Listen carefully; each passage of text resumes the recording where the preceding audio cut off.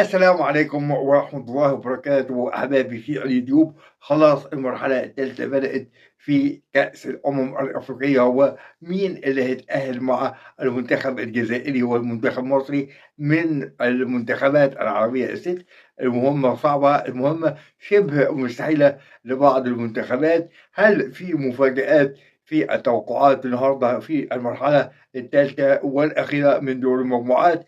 المباراة الأولى تحصيل حاصل النهارده يوم الاثنين بين المنتخب الأنجولي والمنتخب المصري في المجموعة الثانية، وتأهل المنتخب المصري. والمباراة هتكون الساعة 6 بتوقيت القاهرة إن شاء الله، بالتوفيق للمنتخب المصري أمام المنتخب الأنجولي. المباراتين التانيين في المجموعة الأولى المنتخب المغربي أمام المنتخب الزامبي، ودي هتكون الساعة 9 مساء بتوقيت القاهرة. هل المغربي أمام التحدي الصعب في إثبات واستعراض القوة أمام المنتخب زامبيا؟ بتوفيق للمنتخب المغربي إن شاء الله. ووليد الركراكي ما عجبنيش النهارده تصريحه في المؤتمر الصحفي. أنا على ما أظن خلاص يعني لوليد الركراكي أصابه الغرور من كل الإمكانيات، من كل الآليات اللي معاه، على مستوى اللاعبين الموجودين على دكة الاحتياط أو الموجودين في الدكة الأساسية. المباراة الثالثة للمنتخب المالي مع المنتخب جزر القمر، إن شاء الله المفاجأة موجودة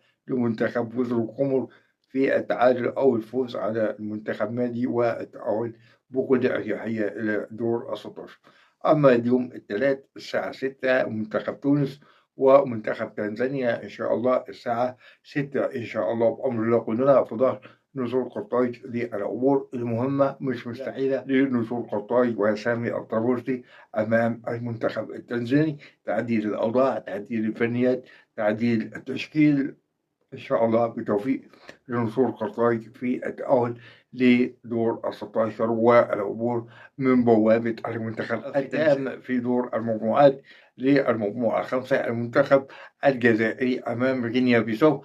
المهمة السهولة، المباراة لا شيء، المباراة تحصيل حاصل للمنتخب الجزائري اللي متأهل سلفا من هذه المجموعة. الثانية في نفس التوقيت المنتخب السوداني صاحب الثلاث نقاط بالفوز على غينيا بيساو أمام بوركينا فاسو. المهمة صعبة بالتعادل أو الفوز على منتخب مع هذا المنتخب العنيد، بالتوفيق لكل المنتخبات العربية في العبور إلى الأدوار الإقصائية. الحنين إلى الماضي والحنين إلى الدولة الأم بالنسبة لكيليان إمبابي، دوكوندي، كافافينجا، كل اللي هم تجنسوا في المنتخبات الأوروبية موجودين في كأس الأمم الأفريقية للمؤازرة للمنتخب سعد العاج، للمنتخب الكاميروني، للمنتخب الجزائري وزين الدين زيدان وكيليان إمبابي، كلهم موجودين في الدعم المعنوي. لأول مرة أشوف هذه الصور على الأراضي المغربية.